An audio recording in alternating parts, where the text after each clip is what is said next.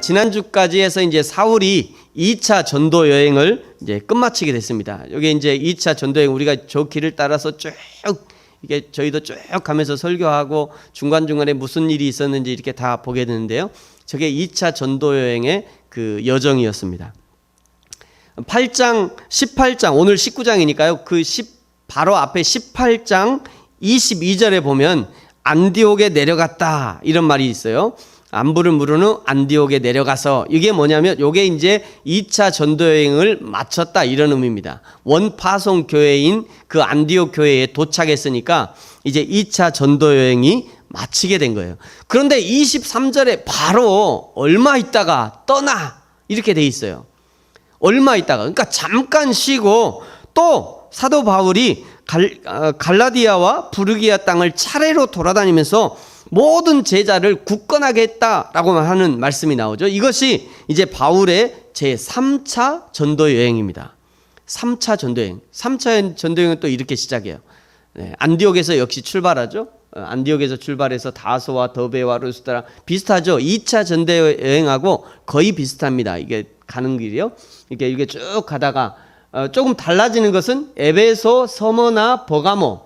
요거는 에베소, 서머나, 버가모 요한계시록에 나오는 그런 교회의 지명이잖아요. 지명인데요. 여기를 거쳐서 이렇게 가고 다시 또 돌아서 오면서 밀레도와 무라라는 마을을 거치고 그리고 예루살렘까지 2차 전도여행은 끝날 때 안디옥에서 끝났는데 3차 전도여행은 예루살렘에서 끝나게 됩니다. 이것이 이제 제3차 바울의 전도 여행이었어요. 바울의 열심이라고 해야 될까요? 아니면 구령의 열정이라고 해야 될까요? 잠시 편히 모시고 다시 흩어져 있는 형제들을 문안하고 방문하고 위로하면서 교회를 세워가는 그런 바울의 모습이라고 할 수 있습니다.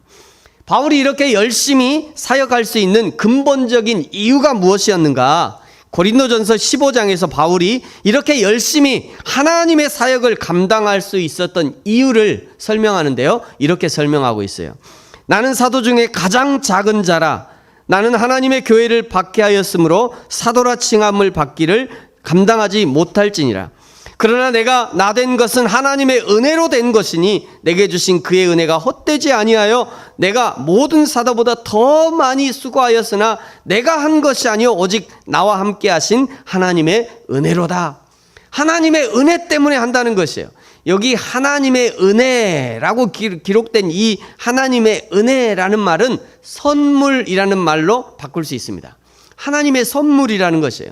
선물 받을 자격이 없는 자가 하나님으로부터 선물, 은혜의 선물을 받았으니까 그것도 우리 땅에서, 이 땅에서 받을 수 있는 가장 큰 선물, 구원의 선물을 받았으니까 사람이라면 이 선물에 대한 뭔가 답례를 하고 싶지 않겠습니까? 그래서 이 은혜의 선물을 답례하는 마음으로 지금 바울이 사역하고 있다는 것이에요. 그런데 이 선물은 나만 받을 수 있는 것이 아니라 누구든지 예수를 주로 시인하는 모든 사람에게 주시는 선물이니 이 귀한 선물 우리 형제 자매들이 받도록 부지런히 사역하는 거예요. 그래서 유대인들, 자기 형제 유대인 가는 곳마다 유대인들 형제들을 복음 전하기 위해서 이 선물을 나눠주기 위해서 부지런히 사역하고 있는 것입니다. 여러분, 저와 여러분이 열심히 신앙생활 하는 것도 마찬가지이죠. 어떤 사람은 예배를 열심히 드리기도 하고, 어떤 사람은 전도를 열심히도 하고, 어떤 사람은 기쁨으로 헌신하고, 어떤 사람은 또 사랑으로 섬기고요.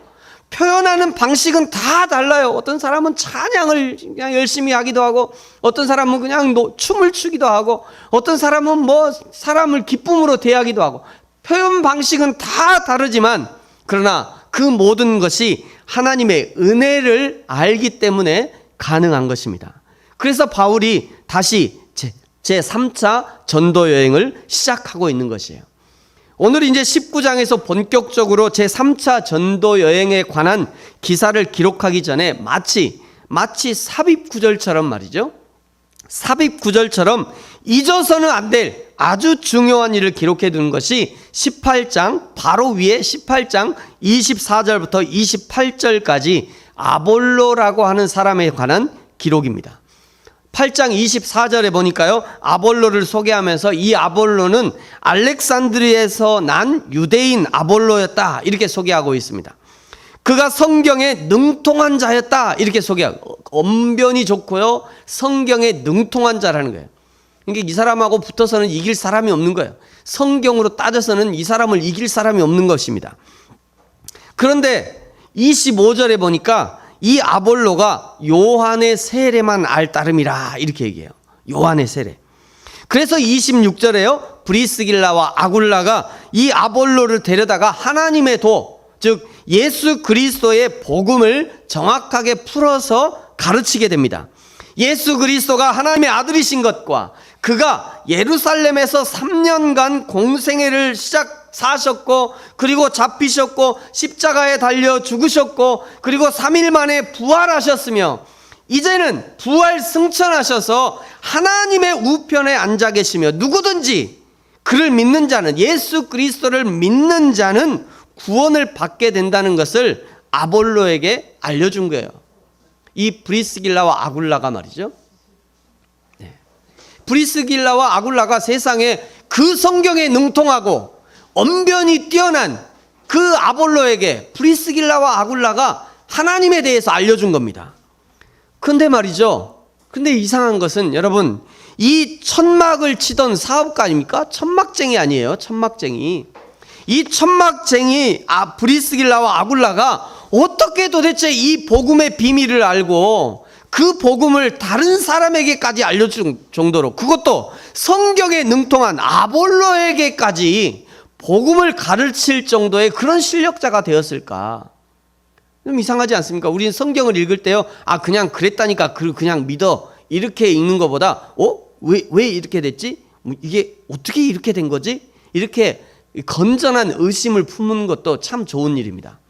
도대체 천막쟁이였던 이 브리스길라와 아굴라가 어떻게 아굴라 같은 성경에 능통한 사람에게 예수 그리스도를 설명할 수 있었냐고요. 도대체 그 이유가 무엇일까?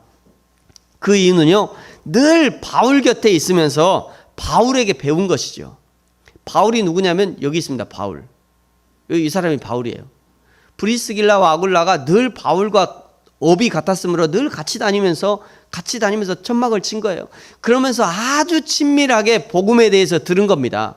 한두 번 들은 것이 아니에요. 그냥 닳고 들어서 그냥 닳고 닳 정도로 이 바울에게 들은 것이에요.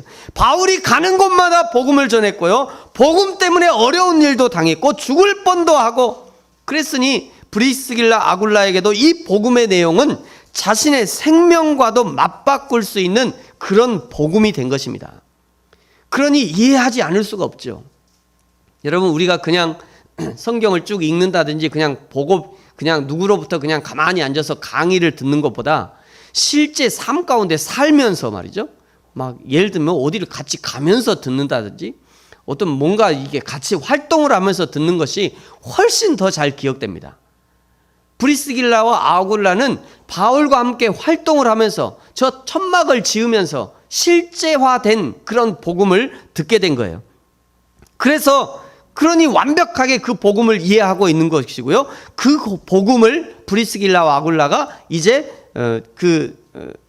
전할 수 있도록 자기가 받은 복음을 전할 수 있을 정도까지 이제 성장하게 된 것입니다. 여러분, 복음은요 전해지는 것입니다. 우리 같이 한번 읽어볼까요? 시작. 복음은 전해지는 것이다. 다시 한번 시작. 복음은 전해지는 것이다. 바울에게 왔던 생명의 복음이 1차, 2차, 3차 전도 여행을 통해서 계속해서 전해지고 있는 것이고요, 나중에 4차 여행을 하면서 로마에까지 전해지고 그 로마까지 갔던 복음이 오늘 우리에게까지 온 것이에요. 그래서 복음이 이렇게 계속 전해지는 것입니다. 바울에게서 브리스길라와 아굴라에게, 그리고 오늘은 아볼로에게까지 계속 복음이 전해지고 있는 것이에요. 왜냐하면 복음은 살아서 역사하는 유기체와 같은 생명이기 때문입니다. 복음이 죽은 복음이 아니에요. 복음이 그냥 이 성경책에 갇혀있는 복음이 아닙니다. 이 복음은 살아있는 복음이에요. 그래서 이 복음이 계속 전해지기를 원하는 것이에요. 저와 여러분에게 오신 예수 그리스도의 복음 역시 계속 어디론가 흘러가기를 원할 거예요. 그것이 계속 시도하고 있습니다. 용기가 없어서, 나는 용기가 없어서 얼른 그냥 예수 믿으시오, 우리 교회에 오시오 이렇게 얘기는 못하지만 우리 속에, 기본적으로 우리 마음속에 한번 얘기할까? 한번 예수 믿으시오 한번 해볼까? 나가 용기가 없어서 내가 그렇게 못하는데 그래서 아이고 한번 할까? 예수 믿으라고 한번 해볼까? 교회 한번 오세요 한번 해볼까? 이런 고민이 다 있잖아요. 이런 거 없는 분 있으세요? 세상에 다 있어요. 예수 믿는 사람은 기본적으로 다 있어요. 기본적으로 다 있는데 그냥 내가 어떤 사람은 어떤 성품에 따라서 이거를 잘 못하시는 분도 있어요. 그러나 기본적으로 이런 것이 있는 것이에요. 자꾸 교회 얘기하고 싶고 말이죠. 자꾸 교회 가자고 하고 싶고, 그게 뭐냐면 내 안에 있는 복음이 자꾸 흘러가고 싶은 거예요. 내 안에 있는 복음이 자꾸 누군가에게 전해지고 싶은 거예요. 이게 살아있는 복음인 것이에요. 그것이 나에게 오신 성령, 내 안에 계신 성령께서 누군가에게 복음을 전해주고자 하는 그런 소원을 주시는 것입니다. 우리 2주 전에 배웠잖아요. 7가지 내 안에 계신 성령이 계신 거 7가지 증거. 그게 그것이에요. 이렇게 아볼로에게 복음이 전해지자 오늘 이제 8장 27절에 보시면요. 아볼로가 아가야 지방을 건너가게 되고요. 그 지방으로 건너가고 28절에 보면 성경으로, 여기 보시면 이는 성경으로서 라고 얘기하죠. 여기 이 성경이 신약 성경이 아니라 구약 성경을 얘기하는 거예요. 구약 성경으로 구약에 있는 여러 가지 예언과 사건들을 예수 그리스도와 연관지어서 예수가 그리스도다, 예수가 메시아다 라고 힘있게 증거하면서 유대인들을 이기게 됩니다. 바울에게 복음을 들은 이 브리스길라와 아굴라가 그 복음을 아볼로에게 전해주고, 다시 아볼로는 아가야 지방에 있는 그 유대인들에게 복음을 전하고 있는 것이에요. 사랑하는 성도 여러분, 저와 여러분을 통해서 나에게 오신 예수 그리스도의 생명의 복음이 계속해서 전해지고 흘러가고 전달되어지기를 예수님의 이름으로 축복합니다. 이런 배경을 설명하는 단어가 뭐냐면 오늘 19장 1절이에요. 우리 19장 1절 같이 한번 읽어볼까요? 시작. 아볼로가 고린도에 있을 때 바울이 윗지방으로 다녀 에베소에 와서 어떤 제자들을 만나. 아볼로가 고린도에서 힘있게 복음을 전하고 있을 때, 이런 의미입니다. 아볼로가 고린도에서 활동하고 있을 때, 이런 의미예요. 그때 바울은 어디 있었냐면 에베소에 있었는데요. 그때 어떤 제자들을 만났대요. 바울이 말이죠. 이 어떤 제자들이, 이 제자들이 도대체 누군가? 이 제자들이 누구냐면요, 3절에 나와 있는데 3절에 보시면 이들이 요한의 세례를 받은 거예요. 너희가 세례를 받았느냐 했더니 우리가 세례를 받았는데 무슨 세례를 받았냐? 요한의 세례를 받았대요. 요한의 세례. 그러니까 요한의 세례를 받았으니까 이 사람들은 요한의 제자인 것이에요. 바울이 이들과 잠시 대화를 해보니까 이들이 요한에게 세례를 받았다고 하고 예수님에 대해서 소식을 들었다고 하는데, 그런데 성령에 대해서는 모르고 있었다는 것을 알게 됩니다. 그래서 2절에 보시면요, 너희가 믿을 때 성령을 받았느냐 이렇게 묻자 요한의 제자들이 대답하는 거예요. 우리는 성령이 계심도 듣지 못했다. 우리는 성령이 계심도 못 들었대요. 이 2절에서 묻는 너희가 믿을 때 성령을 받았느냐라고 하는 이 한마디를 어떻게 해석하느냐에 따라서요, 엄청난 신학적인 견해가 있습니다. 이 한마디에. 오순절 계통의 교파에서는요, 이렇게 설명해요. 우리가 믿을 때와 성령을 받을 때가 다르다, 이렇게 주장합니다. 그래서 믿고 나서 또 성령을 받아야 돼, 이렇게 설명을 해요. 그러니까 믿을 때와 성령을 받을 때가 다르다, 이렇게 얘기합니다. 문제는요, 이렇게 얘기를 하면, 이렇게 해석을 하면 자연스럽게 신앙의 차이가 생겨버려요. 신앙의 차이. 어떤 사람은 예수를 믿고 그 다음에 성령도 받아서 아주 뜨겁게 하나님을 섬기는데, 어떤 사람은 예수님을 믿기는 하는데 아직 성령이 받지 못했어요. 성령이 임하지 않았다, 이렇게 생각하게 되는 거예요. 그러면서 더 좋은 신앙, 더 뜨거운 신앙을 받기 위해서 그냥 열심히 노력합니다. 그게 자기가 부족한 신앙이라고 생각하고 부지런히 그냥 열정을 가지고 신앙생활해요. 그러면서 어서 성령을 받아야 한다고 그냥 열정적으로 찬양하고 기도하고, 어떨 때는 성령을 어떻게든지 내가 성령을 받아보겠다고 그냥 열광적으로 그런 신앙생활을 하게 돼요. 열광주의에 빠지게 되는 거죠. 이것은요, 성경의 진리를 왜곡하는 것입니다. 성령은 예수 그리스도를 마음으로 고백하는 순간 이미 우리 안에 들어와 계셔요. 그래서 원래는 이 두 그림을 완전히 겹치고 싶었는데 완전히 겹치니까 글자가 잘 안 보여요. 그래서 그냥 이렇게 좀 띄어놨습니다. 원래는 두 개가 겹쳐서 분리할 수 없어요. 내가 예수 그리스도를 믿는 순간 이미 성령이 내 안에 들어와 계신 거예요. 동시에 이루어지는, 동시에. 성령이 무슨 물질적인 것이어서 더 많이 받고 덜 받고 하는 것이 아니라 성령은 하나님이시며 성령은 인격이시며 예수 그리스도를 구주로 고백할 때 내 마음에 오셔서 오신 성령은 절대 떠나지 않으시는 거예요. 단지 차이가 있다면 내가 그 성령을 어느 정도 인식하며 사느냐의 차이입니다. 내 안에 계신 성령을 얼마나 내가 인식하고 사냐. 내 안에 계신 성령을 24시간 인식하고 인정하고 삶의 모든 부분을 성령께 의탁하고 의지하는 사람을 우리는 성령 충만한 사람이다, 이렇게 표현하는 거예요. 우리는요, 성령 충만에 대해서 오해하는 경우들이 있어요. 뭔가 막 대단한 능력이 막 나타나고 은사가 막 나타나고 뭔가 막 하나님 앞에 신령한 것처럼 보이면 그 사람을 성령 충만이다, 이렇게 얘기하는 경우들이 있어요. 근데 그렇지 않습니다. 성령 충만이라는 것은 내가 얼마나 내 안에 계신 성령 하나님을 의탁하고 있느냐, 내가 100% 하나님을 의지하고 의탁하고 있느냐, 그것이 성령 충만인 것이에요. 저와 여러분은 어떻습니까? 날마다 매 순간마다 성령 하나님을 인식하고 의지하고 계십니까? 성령 충만은요, 양적으로 성령이 가득 차는 것이 아니라 내 모든 삶에, 모든 시간에, 모든 생각 속에 성령님을 의지하고 개입시키는 것이 성령 충만입니다. 저와 여러분에게 성령 충만의 은혜가 있어지기를 축복합니다.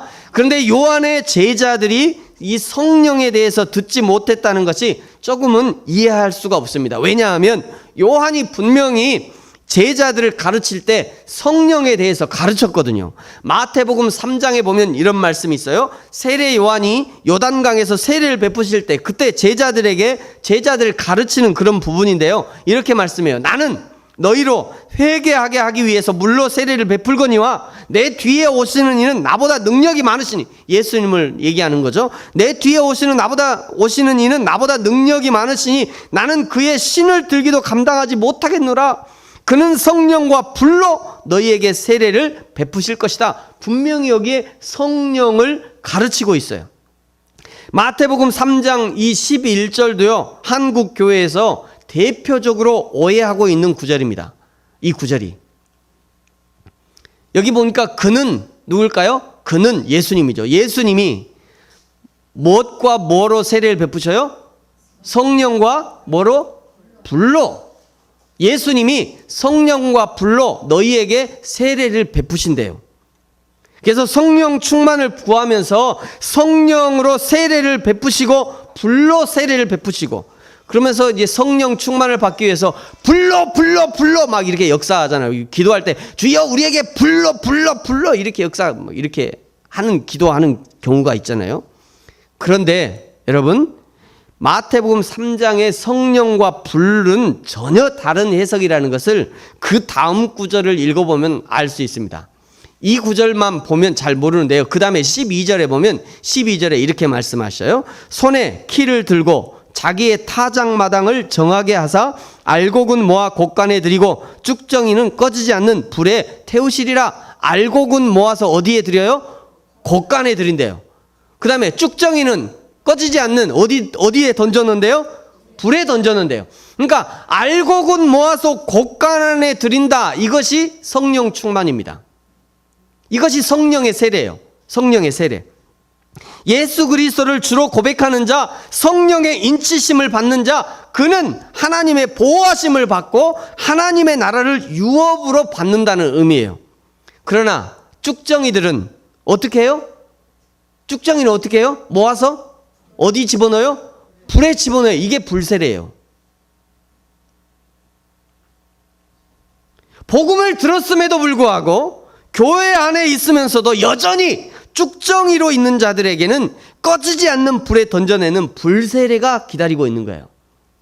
그러니까 마태복음 3장 11절을 보면서 불세례, 마태복음 3장 이 11절에 있는 불세례, 이거 받아야 되는 거예요? 받지 말아야 되는 거예요?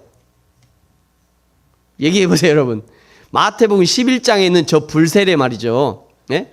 요 불세례. 그는 성령으로도 세례를 베푸시고 불로도 세례를 베푸시다 하는데 이 불세례 받아야 돼요? 말아야 돼요? 말아야 되는 거예요. 우리는 불세례하고는 상관이 없는 사람이에요. 우리는 불세례라는 것은 지옥에 떨어지는 세례예요. 그러니까 우리는 불세례하고 상관이 없는 거예요. 그러나 보통 우리가 기도하다가 찬양하다가 하나님의 말씀을 듣다가 마음이 막 뜨거워지고 막 불이 임하는 것 같은 그런 현상이 있잖아요. 있죠? 기도하다가 불을 경험하는 사람들이 있어요. 막 내 마음이 뜨거워지고 막 내 온몸이 막 불덩이처럼 뜨거워지는 그런 현상이 있을 수 있어요. 그게 불세례가 아니라 그것은 하나님의 은혜를 경험하는 한 현상인 것이에요. 그런 현상은 충분히 있을 수 있어요. 그런 현상을 경험한 사람들은 많이 있을 수 있습니다. 이렇게 바울이 요한의 제자들에게 성령에 대해서 알려주시고 요한이 베푼 회개의 세례를 받았다면 이제는 예수의 이름으로 세례를 받으라 라고 권하자 5절에 보니까 요한의 제자들이 예수의 이름으로 세례를 받습니다. 그때 사도행전에 매우 중요한 현상이 벌어지는데요. 6절입니다. 자, 6절 같이 한번 읽겠습니다. 시작. 바울이 그들에게 안수함에 성령이 그들에게 임하심으로 방언도 하고 예언도 하니. 네, 이 구절은 좀 중요한 구절이라 다시 한 번만 같이 한번 읽겠습니다. 시작.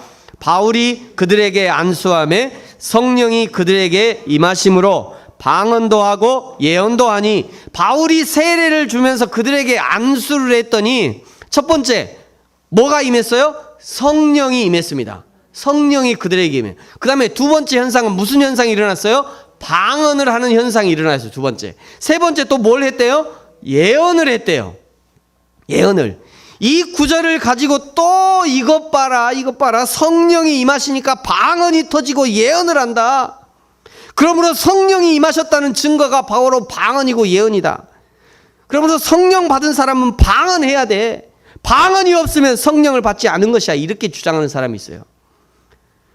여러분 분명히 말씀드립니다. 절대 그렇지 않습니다. 틀린 말이에요. 그런 주장은 틀린 주장이에요. 그런데 현혹되지 마세요. 그렇게 방언이 좋으면 한국교회에서 얘기하는 것처럼 그렇게도 방언이 좋으면 예수님이 주기도문 가르쳐주지 말고 방언 기도를 가르쳐 주셔야지. 왜? 그 좋은 방언 기도 놔놓고 왜 주기도를 가르쳐줘요? 그렇잖아요. 그 방언이 그렇게 좋으면 예수님이 방언 기도를 가르쳐 주셔야지. 야 너희는 이렇게 기도해라 랄랄라 따따따따따 이렇게 가르쳐 주셔야지. 그 좋은 방언 기도 놓고 왜 그냥 또박또박 주기도를 가르쳐 주냐고요. 예수님은 우리에게 기도를 가르쳐 주실 때는 정신을 차리고 똑바른 마음으로 똑바른 정신으로 맑은 정신으로 기도해라 이렇게 얘기하십니다. 길게도 안 해요. 길게도 안 해. 제가 어제 해봤어요. 하늘에 계신 우리 아버지여 이름이 거룩히 여김을 받으시오며 이렇게 해가지고 끝까지 하니까 45초밖에 안 걸려요. 1분도 안 걸려요. 기도하는데. 너희는 이렇게 기도하라. 주기도 가르쳐 주셨잖아요. 그 주기도. 그러면 바울이 오늘 안수할 때 성령이 임하시고 방언이 터지고 예언을 말하는 것은 도대체 무엇이냐? 6절에 있는 이건 도대체 뭐냐? 바울이 안수하니까 이런 현상이 일어나는데 이게 도대체 뭐냐? 이것은요 뭐냐면 바울의 사도권을 인정하는 것입니다. 바울도 하나님의 사도라는 것을 인정하는 거예요. 왜 그러냐면 그때 당시에 이 소아시아 지역에 야 무슨 바울이 사도냐? 바울은 예수님이 있을 때 예수님 얼굴도 못 봤어. 얼굴도 못 본 건 아니죠. 바울이 예수님이 있을 때 예수님을 죽인 자야. 근데 무슨 그가 사도권이냐? 사도냐? 바울은 사도 아니다. 이러면서 바울의 사도권을 깎아내리는 사람들이 있었어요. 그래서 그 교회를 핍박했던, 그래서 이제 그 바울이 이런 사도권의 의심을 받으니까, 그러니까 하나님께서 바울이 안수할 때 바울도 사도다 이것을 증명해 준 겁니다. 바울도 사도라는 것을 이 방언과 예언을 통해서 바울도 하나님이 인정하시는 사도야, 이것을 증명해 주는 것이 오늘 이 사건이에요. 여러분, 성경은요 방언이 딱 4번 나옵니다. 여러분, 성경에 방언이 딱 4번 나오는데요, 첫 번째는 뭐냐면 오순절 방언이 나와요. 두 번째는 이 베드로가 고넬료의 집에 가서 그 안수했을 때 터졌던 방언이 있습니다. 고넬료 방언이라고 하죠. 또 세 번째는 오늘 19장에서 에베소 방언이, 바울의 에베소 방언이 나오죠. 이 3가지 방언의 공통적인 특징이 뭐냐면요, 이 3가지가 이방인에게 복음을 증거하는 그것을 위해서 방언을 주신 거예요. 이방인에게 복음 증거. 또 한 가지의 방언이 있어요. 뭐냐면 고린도전서에 있는 고린도 방언입니다. 고린도 방언. 고린도 교회에서 방언이 막 활발하게 했거든요. 고린도 방언. 그런데 고린도 방언은 뭐냐면요, 거짓 방언이었어요. 사도 바울이 이 고린도 교회에 이 방언하는 이 거짓 선지자들을 얼마나 나무라는지, 그게 고린도전서에 고스란히 나와 있습니다. 그러므로 사랑하는 성도 여러분, 혹시 여러분이 방언의 은사를 받았다면, 우리도 이제 방언의 은사를 받은 분들이, 저도 어릴 때는 방언의 은사 좀 달라고 부흥회 가서 무지하게 많이 했습니다. 그래서 어떻게든지 방언의 은사 한번 해보려고. 방언하는 사람 뭐 얼마나 부러워요. 네?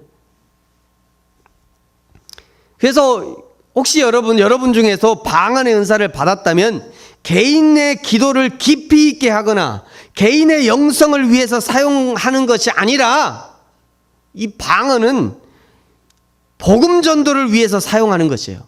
복음 전도를 위해서. 만약 이것이 아니라면, 만약 그것이 아니라면 내가 받은 방언이 무엇인지 고민해 보셔야 돼요. 심각하게. 내가 지금 방언하고 있는데 이 방언이 진짠가 가짠가 여러분 고민해 보셔야 돼요. 정말입니다. 깊이 고민하셔야 됩니다. 근데 우리나라는요, 내가 이렇게 목회자가 돼가지고 목회자가 방언을 좀 이렇게 얘기하면 저 목회자 이상한 사람이야, 이렇게 바로 봐버려요. 아니, 성경을 얘기하는데도 내가 받은 방언이 뭔 가짜라고 그래, 이렇게 나와버리니까 도대체 이걸 가르칠 수가 없어요, 방언에 대해서. 근데 여러분 고민해 보셔야 됩니다. 의외로요, 방언이 성도들을 속이는 경우가 너무너무 많아요. 여러분, 우리나라의 그 시한부 종말론, 10월 29일에 예수님이 재림한다고 떠들었던 그 시한부 종말론 알고 계시죠? 그 시한부 종말론이 어디서부터 시작했습니까? 방언부터 시작한 거예요. 최근에는 홍해선 전도사라는 분이 대한민국에 전쟁이 일어난다고 예언하고 미국으로 도망갔어요. 자기는 미국에 도망가요. 그러면서 김포공항에서 또 인천공항에서 또 방언으로 막 한국에 전쟁이 일어나니까 이 악한 것들아 빨리 도망가라 이러고 도망갔어요. 아니, 만약에 그 사람이 진짜 선지자였다면, 진짜 하나님이 그에게 성령의 음성으로 전쟁을 예언했다면 한국에 남아야죠. 백성들 왜 다 여기다 놓고 자기만 도망가요? 거짓 선지자예요. 거짓 선지자니까 도망가는 겁니다. 진짜 선지자면 하나님 내 백성 살려주세요. 제가 여기서 절대 전쟁이 못 일어나게 내가 저 38세에서 막을 테니까 전쟁 주지 마시고 제발 내 백성 살려주세요. 이러고 백성을 살려야지 어디 도망가냐고요. 거짓 선지자니까 도망가는 겁니다. 제가 오늘 방언에 대해서 얘기하는 건 아니까 여기까지만 하겠습니다. 사랑하는 성도 여러분, 하나님의 나라와 교회를 세워가기 위해서 다양한 은사는 반드시 필요합니다. 제가 은사를 거부하는 것이 아니에요. 하나님의 교회를 위해서 다양한 은사가 반드시 필요해요. 다양한 은사가. 그러나 많은 은사 중에 방언이 최고이고, 방언이 최고의 은사가 아니고, 방언이 성령 받은 증거도 아니고, 방언을 받아야 하나님의 일을 효과적으로 하는 것도 아닙니다. 저와 여러분이 내 안에 계신 성령 하나님의 인도하심에 순종하고 성령의 음성에 순종함으로 하나님의 나라와 몸된 교회를 위해서 귀하게 쓰임받게 되기를 예수님의 이름으로 축복합니다.